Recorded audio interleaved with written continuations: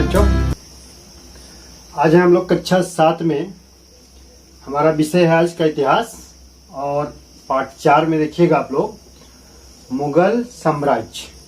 ठीक है, ये हमारा आज का टॉपिक है मुगल साम्राज्य। ये टॉपिक पूरे मध्यकाल में सबसे मुख्य रूप से माना जाता है कि मुगलों का शासन हर व्यक्ति कमोबेश इनके शासन के बारे में कुछ न कुछ कहानियां जानते ही हैं। आप पिछले किन्हीं भी लोगों से पूछिएगा तो ना भी पढ़े लिखे व्यक्ति भी आपको मुगल शासकों के बारे में कुछ न कुछ जानकारी दे देंगे। ये काफी हमारा फेमस शासकों में से है मध्यकाल में। हम लोग इसकी महानता को कि इसकी जो देश में इसकी एक छाप है, एक पहचान है, इस बात से हम लोग आंक सकते हैं कि जब हमारे देश की आज़ादी हमें मिली 15 अगस्त 1947 को, तो जवाहरलाल नेहरू जो हमारे प्रथम प्रधानमंत्री थे, इन्होंने लाल किले में ही अपना स्वतंत्रता की जो हमारा जो प्रथम झंडा उत्तोलन हुआ, झंडा फहराया गया। ये कहाँ फहराया गया? लाल किले में। तो इस लाल किले की आज़ादी कहने का मतलब जो लाल किले में हमने झंडा अपना तिरंगा लहराया, इससे ये तय हो गया कि हम भारत को अपने आप पूरी भारत को स्वतंत्र कर लिए। तो इस लाल किले का महत्व बहुत था। और ये लाल किला किसने बनवाया? मुगल शासक शाहजहां ने। तो कहने का मेरा मतलब था कि इससे ये तय था कि जो हमारे अंग्रेज जो हमें गुलाम कर रहे थे, गुलाम किए थे, इनसे छुटकारा पाके हम उसी जो व्यवस्था हमारा पहले मुगल का व्यवस्था था, उसी को हम कंटिन्यू कर रहे हैं, उसी चीज को हम आगे बढ़ा के आगे चल रहे हैं। और आज भी उस प्रचलन को हमने छोड़ा नहीं है। आज भी हमारा 15 अगस्त को जब भी झंडा उत्तोलन होता है, झंडे फहराया जाता है, तो उसी लाल किले की प्राचीर से फहराया जाता है। तो एक परंपरा हो गया। इस आजादी से हमारी इस मुगलों का ही सत्ता पे, मुगलों का ही एक जो हमारा ये था, उनको अंग्रेजों को हटा के उसी सिंहासन में समझिए उसी ये विरासत को हम आगे बढ़ा रहे हैं। तो ये चीज हमारे भारत से इनका शासन जो था, इन लोगों का शासन हमारे भारत के इतिहास या परंपरा से जुड़ा हुआ था। तो इसलिए हम लोग को ये काफी हमारे लिए महत्वपूर्ण हो जाता है ये जानना कि अंग्रेजों के पहले यही लोग शासक थे, मुगल लोग। ये मुगल शब्द जो है, इसके अर्थ भी थोड़ा समझ लें, जान लें।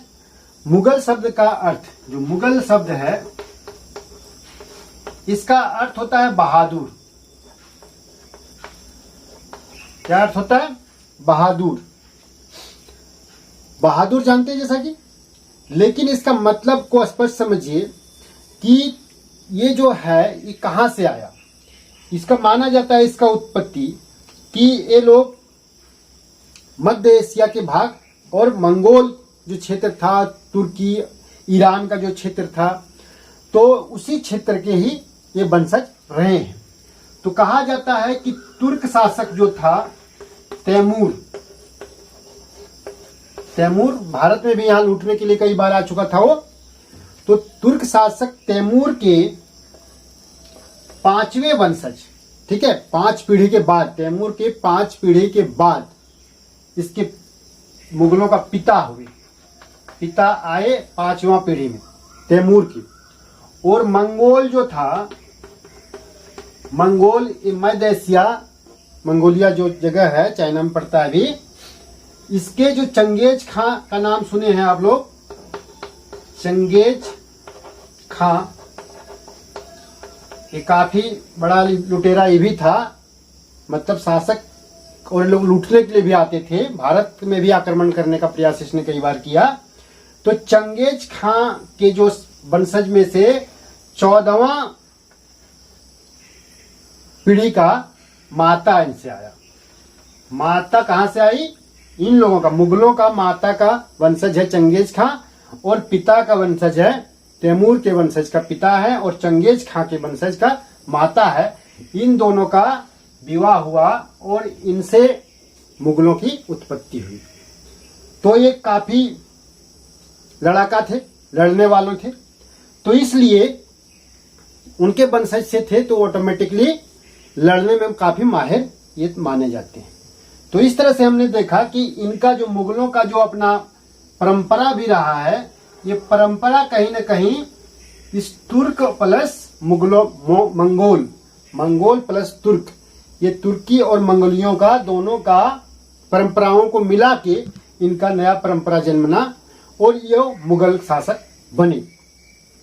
तो ये था मुगलों का हमारा, मुगल आए कहां से, इसकी एक झलक। हम अब देखते हैं इसके बाद कि भारत में जो मुगल आया, कौन आया? सबसे पहले मुगल शासक के रूप में या मुगल आक्रमणकारी के रूप में जो आया उसका नाम था बाबर। ये बाबर जो था ये सबसे पहले 1526 में इसने, ये पहले कहाँ का शासक था? फरगना का शासक था। इसका ऐसे असली नाम था जहीरुद्दीन मोहम्मद बाबर। तो इसके पिता जो शेख मिर्जा नाम था, शेख मिर्जा का जब निधन हो गया उस समय इसका उम्र मात्र था 12 वर्ष का, और 12 वर्ष की उम्र में ही इसने फरगना का गद्दी में अपना साम्राज्य स्थापित कर लिया, फरगना में अपना शासन स्थापित कर लिया। तो काफी ये थे, मतलब बुलंद हौसला वाले, कि इतना कम उम्र में ही ये अब फरगना में शासन कर लिया। उसके बाद इसका साम्राज्य विस्तार करने का अपना जो इसका ध्येय था, और वहां पे कुछ आपसी झड़पें होती रहती थी, तो चाहता था कि एक स्वतंत्र साम्राज्य स्थापित किया जाए। तो उस दृष्टि से इसने आसपास के क्षेत्रों को भी जीतता हुआ और भारत में प्रवेश करने का प्रयास किया। और इसने उस समय शासक, भारत के शासक कौन थे? इब्राहिम लोदी। मैंने चर्चा कर चुका है इस पे। इब्राहिम लोदी, ठीक है, ये शासक था पहले, लोदी वंश का अंतिम शासक इब्राहिम लोदी क्या किया? इब्राहिम लोदी पर आक्रमण कर दिया बाबर। तो इब्राहिम लोदी, पानीपत का युद्ध, ध्यान रखिएगा जगह का भी नाम दिया हुआ था पानीपत, ये हरियाणा में पड़ता है, ठीक है।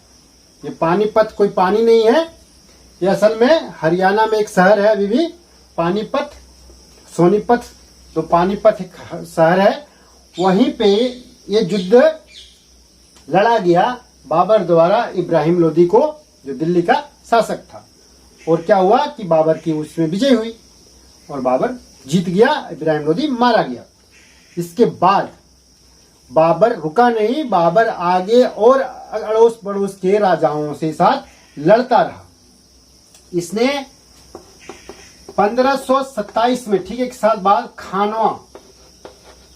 खानवा का युद्ध में, खानवा का जो युद्ध था उस पे राणा सांगा को हराया, ठीक है। उसमें राजपुताना का था, राजपूतों का शासक था खानवा में, राजस्थान में पड़ता है। ये 1527 में खानवा के युद्ध में राणा सांगा को हराया। उसके बाद इसने 1528 में चंदेरी, ठीक है, चंदेरी के युद्ध लड़ा और चंदेरी के युद्ध में भी राजपूतों को हराया।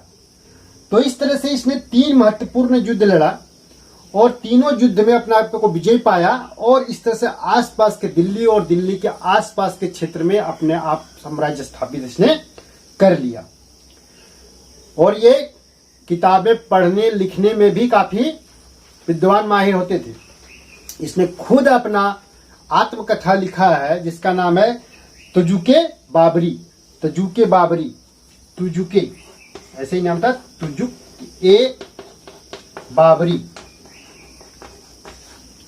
इसको बाबर नामा भी के नाम से भी जानते हैं, बाबर नामा, ठीक है। ये अपना आत्मकथा लिखा, इस किताब लिखा, और एक नई पद्य शैली का भी इसने जन्मदाता माना जाता है। इसका नाम उसने मोबइयान, इस तरह का एक पद्य शैली यानी कविता लिखने का शैली का भी इसने उद्भव किया। तो पढ़ा लिखा भी व्यक्ति था, पढ़ने लिखने किताबें के बारे में शौकीन था, और बहादुर भी था, लड़ाका भी था, और जीतने वाला भी था। तो इस तरह से भारत में एक नए साम्राज्य का स्थापना इसने कर दिया, बाबर ने। बाबर की मृत्यु हो जाती है। बाबर की मृत्यु होने के बाद इसका जो बेटा था उसका नाम था हुमायूं। ठीक है, क्या नाम था? हुमायूं। हुमायूं शासक बना दिल्ली का। हुमायूं कब शासक बना? 1530 में। 1530 में यह शासक बना। यह काफी शांत मिजाज का था। जिस तरह इसके पिता उतना लड़का था, ये इतना लड़ने वाला में से नहीं था। इसने अपने भाइयों को संतुष्ट करने के लिए, इसके भाई इनसे नाराज ना हो, इसलिए क्या किया, अपने साम्राज्य का ही 4 टुकड़ा कर दिया और बोला कि सब लोग अपने अपने क्षेत्रों में आराम से शासन कीजिए और अच्छे से रहिए। ये लड़ने में थोड़े कमजोर था, मतलब लड़ाका उतना मन का लड़ने वाला में से नहीं था। लेकिन जब जो आदमी लड़ने में कमजोर होता है, उसकी उस समय ऐसी स्थितियां थी कि उस पे खुद ही आक्रमण करने वाले आक्रमण करने लगते थे। तो एक अफगान शासक था, पहले शासक वो नहीं था, लेकिन बाद में वो शासक बन गया था बिहार का। बिहार का क्षेत्र में एक वो अफगान शासक था। तो उसने क्या किया, उसका नाम था शेर खां। ठीक है, शेर खां। ये शेर खां, इससे उसके पहले इसका नाम था फरीद खां। फरीद खां का ही नाम एक शेर मार देने की वजह से शेर खां पड़ा। और शेर खां हुमायूं पर आक्रमण किया। कब? 1539 में। इस जगह का नाम था चौसा। चौसा अभी उत्तर प्रदेश में शायद पड़ता है चौसा। इस जगह में आक्रमण हुआ हुमायूं पर, इसका शेर खां का। और इसने हुमायूं को हरा दिया। हुमायूं को इसने हरा दिया। हराने के बाद हुमायूं क्या किया, अपना जान बचा के वहां से भाग गया और भाग के ईरान में रहने लगा कुछ दिन। ईरान चला गया, भाग गया, छोड़ दिया यहाँ पे। अब ये शेर खां क्या किया, दिल्ली में अपना साम्राज्य स्थापित कर लिया और दिल्ली के आसपास अपनी दबदबा बना लिया। उसने एक और युद्ध लड़ा कन्नौज में, वो भी मतलब हुमायूं के ही सेना था शायद, उससे लड़ा कन्नौज में। वो बिलग्राम जगह का नाम था 1540 में। उसके बाद 2 युद्धों के बाद इसको यहाँ से भागना ही पड़ा। हुमायूं को लगा कि यहाँ पे ये शेर खां को टिकने नहीं देगा। और इस तरह से क्या हुआ, हुमायूं यहाँ से भाग गया। हुमायूं का शासक मान लीजिए कितना हो गया, मात्र 40 तक। 1530 से 1540 तक। 40 के बाद कौन आ गया? शेरशाह। शेर खां का नाम बाद में क्या रख लिया, अपना नाम शेरशाह। शेरशाह जब राजा बन गया पूरा, तो इसका अपना नाम रख लिया शेरशाह। ठीक है, शेरशाह आसपास के राजाओं से लड़ता रहा और इसकी 1545 में कलिंजर नाम का जगह था, जहां का राजा था कृत सिंह।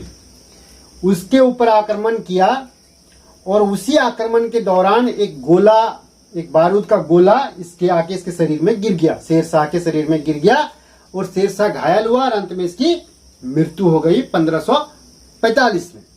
1545 में जब मृत्यु हो जाती है तो इसके बाद जैसा कि उसका बेटा ये सब था, तो बेटा लोग शासन यहाँ का दिल्ली का करने लगा। लेकिन 1555 होते होते इसके शासक कमजोर धीरे धीरे होते गए। शेरशाह जैसा बहादुर बाकी कोई नहीं था, तो कमजोर होते गए। और इसी मौका का फायदा उठाकर हुमायूं ने फिर से 1555 में शेरशाह के उत्तराधिकारियों पर आक्रमण कर दिया। और आक्रमण कर दिया तो क्या हुआ कि हुमायूं की इस बार जीत हो गई। शेरशाह के जो उत्तराधिकारी थे वो हार गए। हारने के बाद क्या हुआ, हुमायूं फिर से 1555 से फिर से दिल्ली का शासक बन गया। 1555 से फिर से दिल्ली का शासक बन गया।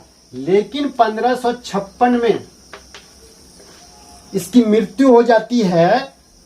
मतलब एक पुस्तकालय था, दीनपनाह एक नामक पुस्तकालय था। पुस्तकालय के सीढ़ियों से गिर के किताब पढ़ रहा था, सीढ़ी दिखने का ध्यान नहीं रहा और उसी दौरान क्या हुआ, सीढ़ियों से गिरने से इसकी मृत्यु हो जाती है। 1 साल तुरंत बाद, फिर से दिल्ली का शासक बनने के 1 साल तुरंत बाद इसकी मृत्यु हो जाती है। अब मृत्यु होने के बाद इसका बेटा जो था उसका नाम से आप लोग सब परिचित होंगे, अकबर। अकबर, ठीक है, अकबर के नाम से ज्यादातर लोग परिचित होंगे। अकबर का, हुमायूं का जो बेटा था, इसने 1556 में अपना शासन स्थापित कर लिया और उस समय इसका उम्र मात्र था 13 वर्ष। ध्यान रखिएगा, इसका भी उम्र क्या था, एकाएक इसकी बाप की मृत्यु हो जाती है तो इसका उम्र उस समय कितना था, 13 वर्ष। 13 वर्ष के बच्चे को उतना अच्छा शासन कैसे करेगा। तो इसका सेनापति जो था, इसका हुमायूं का सेनापति का नाम था बैरम खां। बैरम खां, ये लगभग बैरम खां जो था लगभग 4 वर्षों तक शासक था अकबर, मगर सारे फैसले कौन लेता था, बैरम खां। तो बैरम खां इस दौरान क्या किया कि 1500, ये भी डेट इंपॉर्टेंट है, 1556 में ही जिस समय शासक बना उसी समय पानीपत का द्वितीय युद्ध, वो 1526 में पानीपत का प्रथम युद्ध था। ये पानीपत का दूसरा युद्ध लड़ा बैरम खां। बैरम खां लड़ा किसके साथ, एक हिंदू शासक था हेमू, ठीक है, हेमू के साथ लड़ा, ठीक है, बैरम खां और हेमू। बैरम खां किसका सेनापति था, अकबर का। ये दोनों लड़ा और जिसमें क्या हुआ कि हेमू की हार होती है और बैरम खां का जीत होती है, यानी अकबर की जीत होती है।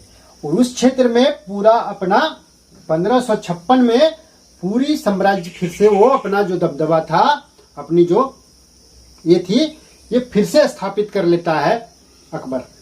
जो बाबर के समय में जो उसका अपना ये था पोजीशन, फिर से अकबर उन 1556 में हेमू को हराने के बाद फिर से वो दर्जा हासिल कर लेता है। इसके बाद ये अपना साम्राज्य विस्तार, उस जमाने में एक नियम था कि साम्राज्य विस्तारवादी नीति हर एक राजा चलाते थे। तो उसी साम्राज्य विस्तार के क्रम में जो अकबर था, अकबर अपना साम्राज्य फैला रहा था। तो इसकी लड़ाई हुई किससे, 1576, ये डेट इंपॉर्टेंट है, 1576 में हल्दी घाटी की युद्ध। हल्दी घाटी आप इस नाम से भी परिचित हैं। हल्दी घाटी की युद्ध जो है ये महाराणा प्रताप और अकबर के बीच लड़ा गया। महाराणा प्रताप और अकबर के बीच लड़ा गया हल्दी घाटी की युद्ध, और जिसमें क्या हुआ, महाराणा प्रताप की हार होती है और अकबर जीत जाता है। और उस समय राजपूतों में जो राजपूताना क्षेत्र था, जिसको हम लोग अभी राजस्थान के नाम से जानते हैं, उस राजस्थान के क्षेत्र में, पूरे क्षेत्र में एक तरह से अकबर का अपना साम्राज्य फैल गया और वहां उसने विवाह शादी संबंध स्थापित करके अपनी पूरी साम्राज्य को एक तरह से प्रत्यक्ष अप्रत्यक्ष रूप से फैला लिया। इस हल्दी घाटी युद्ध की विशेषता यह है कि महाराणा प्रताप अंततः भी बहुत दिनों तक हार इन्होंने माना ही नहीं। लड़ने की ये जज्बा इनके अंदर जो था, इसकी वजह से ये हार मानते नहीं थे जल्दी पर। और सोच के देखिए कि हम लोग इस तरह भी हिंदू मुस्लिम का जो बात करते हैं कि हिंदू अलग मुस्लिम अलग, उस समय ऐसी सोच अकबर के समय नहीं था। लोग हिंदू मुस्लिम एक साथ रहते, बैठते, खाते पीते, शादी विवाह सब होता था। इसके एक उदाहरण हमको आपको बताते हैं कि जो अकबर का सेनापति था, अकबर का जो सेनापति था उसका नाम था मान सिंह, ठीक है। सोच के देखिए, ये मान सिंह जैसा कि नाम से आपको पता चल जाए ये हिंदू था। तो किसका सेनापति था, अकबर का। और जो महाराणा प्रताप, महाराणा प्रताप का जो सेनापति था इसका नाम था हकीम खां। हकीम खां, महाराणा प्रताप का सेनापति का क्या नाम था, हकीम खां, और अकबर का सेनापति का क्या नाम था, मान सिंह। तो ये हिंदू था, इसका सेनापति मुस्लिम था, ये मुस्लिम था, इसका सेनापति हिंदू था, और लड़ा ये दोनों, सेनापति ही लड़ता था। तो मुख्य रूप से यही दोनों लड़ा। तो सोचने की बात है कि उस समय ऐसी परंपरा थी ही नहीं जैसी आज हम लोग इस तरह की परंपराएं देखी जा रही है। तो इस तरह से क्या हुआ कि अकबर अपना साम्राज्य विस्तार एकदम से उत्तर भारत में कंप्लीट लगभग कर लिया था और दक्षिण भारत में भी अपना दबदबा बनाने का कोशिश कर रहा था। दक्षिण भारत में गोलकुंडा, बीजापुर, इस तरह के साम्राज्य उधर थे अलग, जिसपे भी अपना प्रभाव छोड़ने का प्रयास कर रहा था। अकबर का जब लास्ट हो गया, अकबर काफी लंबा शासन किया था।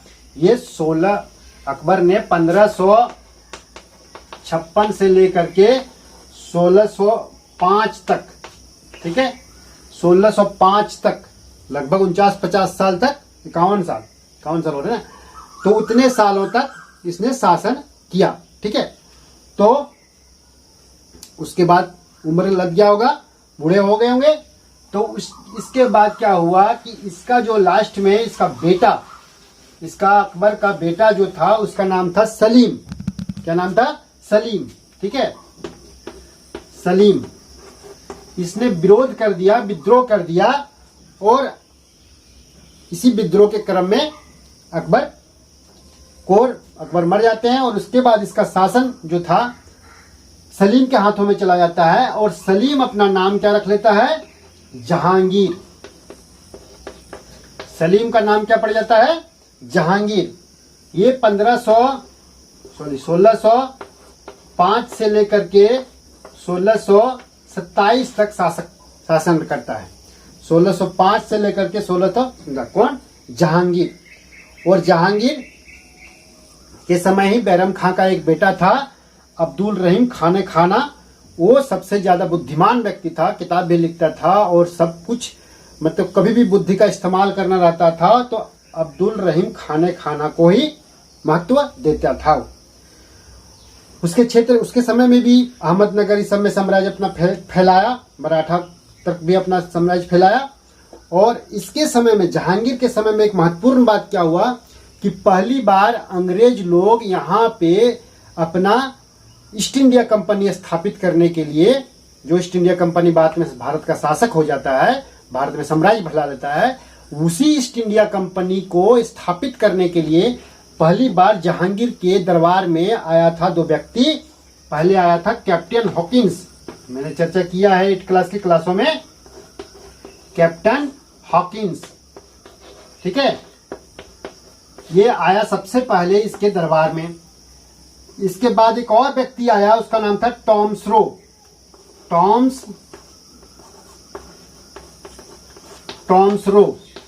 ये टॉम्स रो भी इसके दरबार में आया और ये सब व्यक्ति आके यहाँ पे जहांगीर के सूरत के क्षेत्र में अपना, मतलब ईस्ट इंडिया कंपनी स्थापित करने के लिए कुछ जगह का करता ताकि वहां से व्यापार ये कर सके। तो ये शुरुआत हुआ था जहांगीर के समय, इन्हीं व्यक्तियों के द्वारा ईस्ट इंडिया कंपनी का स्थापना का प्रयास किया था।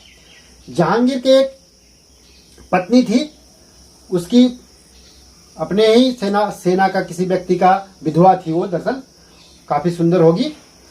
इस वजह से उसने उससे शादी कर दिया था। उसका नाम था मेहरुनिसा, जो बाद में उसका अपना नाम रख लिया नूरजहां। नूर का मतलब होता है इस्लाम में प्रकाश, पूरा जहां का प्रकाश थी। तो इस तरह से नूरजहां का भी, सलीम का और जहांगीर का इस शासन में नूरजहां का प्रभाव बहुत ज्यादा था। और नूरजहां के ही प्रयास से, नूरजहां के बाद, सलीम के बाद यानी जहांगीर के बाद शाहजहां शासक बना। शाहजहां, ठीक है, जैसा कि लाल किले के बारे में हमने चर्चा किया है कि लाल किला का बारे में, तो लाल किला को जानिए तो शाहजहां आपको पता चल जाएगा लाल किला किसने बनाया है? शाहजहां ने। तो ये था जहांगीर का बेटा।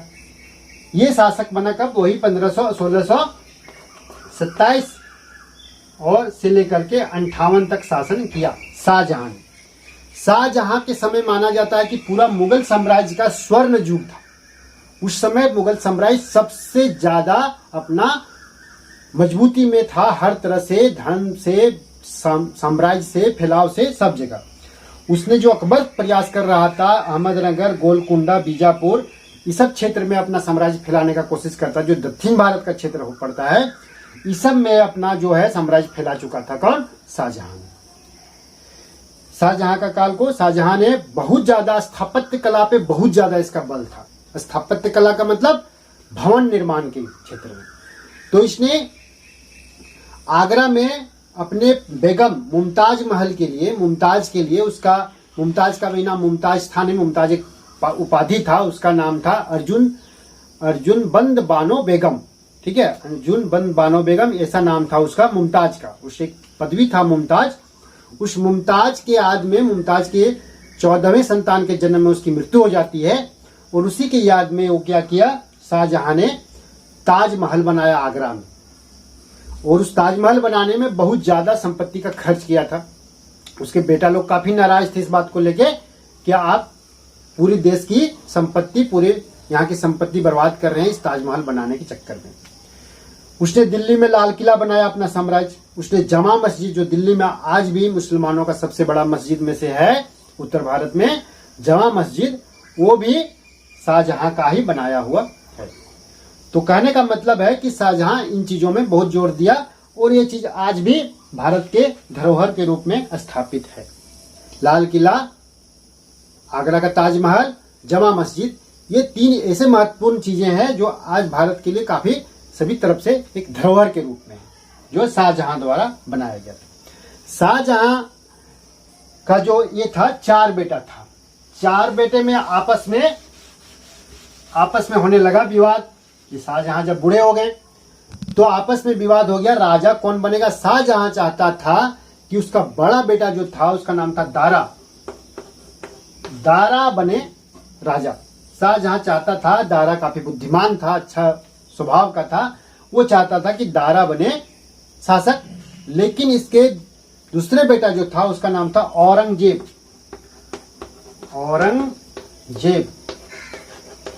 ये काफी लड़ाका था, लड़ने में तेज था, और ये साधारण सोच का था। तो इसने क्या किया कि अपने भाइयों को ही, बाकी 3 भाइयों को, चारों में से बाकी 3 भाइयों को औरंगजेब ने आपसी झगड़ों में मार दिया। और फाइनली इसने क्या किया, अपने पिता को जेल में डाल दिया। शाहजहां का मृत्यु जेल में होती है बाद में, तो इसने जेल में डाल दिया अपने पिता को, भाइयों को मार दिया, और शासक बन गया कौन? औरंगजेब। औरंगजेब शासक बना 1658 से लेकर के 1707 तक ये शासक बना। इसके शासन काल में माना जाता है कि मुगल साम्राज्य का सबसे बड़ा क्षेत्र हो चुका था। उसने दक्षिण भारत के लगभग क्षेत्रों में अपनी विजय हासिल कर चुका था। लेकिन जरा बहुत बड़ा क्षेत्र होने की वजह से ये संभालना इसके लिए बहुत कठिन हो जा रहा था। मराठा इधर विद्रोह कर रहे थे। मराठा से में हेड था शिवाजी, जिसके नाम आपने सुन रखा है। शिवाजी काफी इसका विरोध करने लगा, मराठा क्षेत्र को स्वतंत्र करने के लिए, और मराठों में लड़ा। और मराठा की वजह से ही इसका इस पूरा मुगल साम्राज्य का पतन जो हो जाता है, मुगल साम्राज्य की अपनी दबदबा खत्म हो जाती है। मराठों की लगातार प्रयास की वजह से, शिवाजी के लगातार प्रयास की वजह से उस क्षेत्र को पूरे ध्यान उसने मराठे पे लगा दिया, उसी क्षेत्र पे लगा दिया।